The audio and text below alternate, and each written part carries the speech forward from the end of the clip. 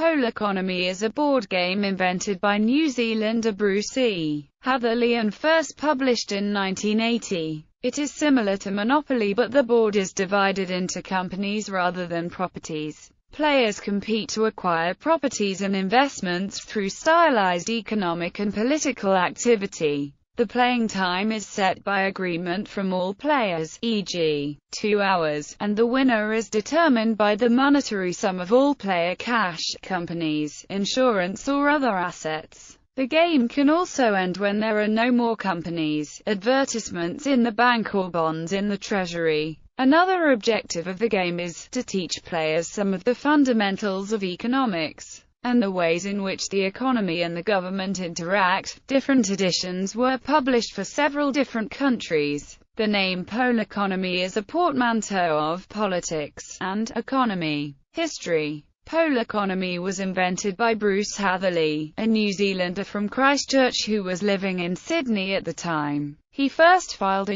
US patent claim for it in January 1981. It was published in 1980, first in an Australian edition, then a New Zealand edition. The New Zealand edition was produced by Tanner Couch and Robin Larson sold the squares on the board as advertising space to the actual companies represented. The New Zealand Stock Exchange was involved with the launch in Auckland. It was also published by World Games. Hatherley contacted Canadian think tank the Fraser Institute to help introduce the game to Canada in 1983. Michael Walker, an employee of the Institute, sold the first squares as advertising and the rest were sold by stockbrokers, who had little other work because of a recession at the time. More than $1 million was raised by the Institute, and Poleconomy was credited with helping the Institute survive the recession. It was later sold in South Africa and the United Kingdom in other localized versions. More than 1.5 million copies of Poleconomy have been sold internationally,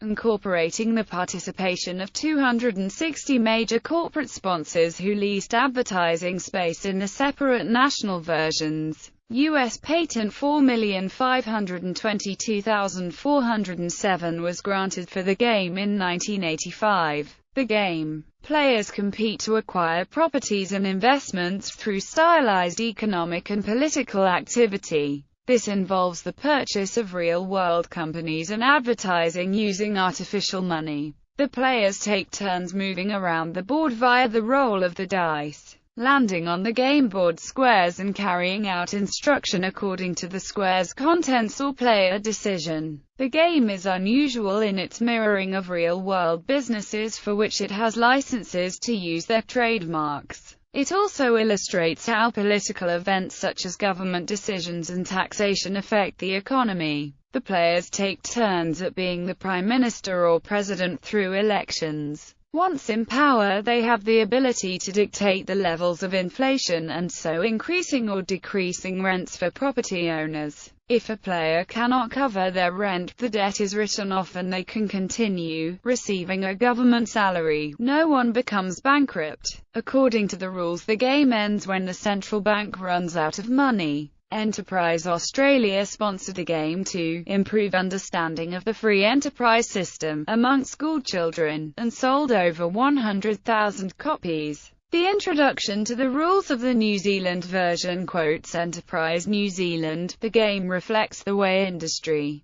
finance and government interact when private enterprise operates within a system of parliamentary democracy. Companies featured in the game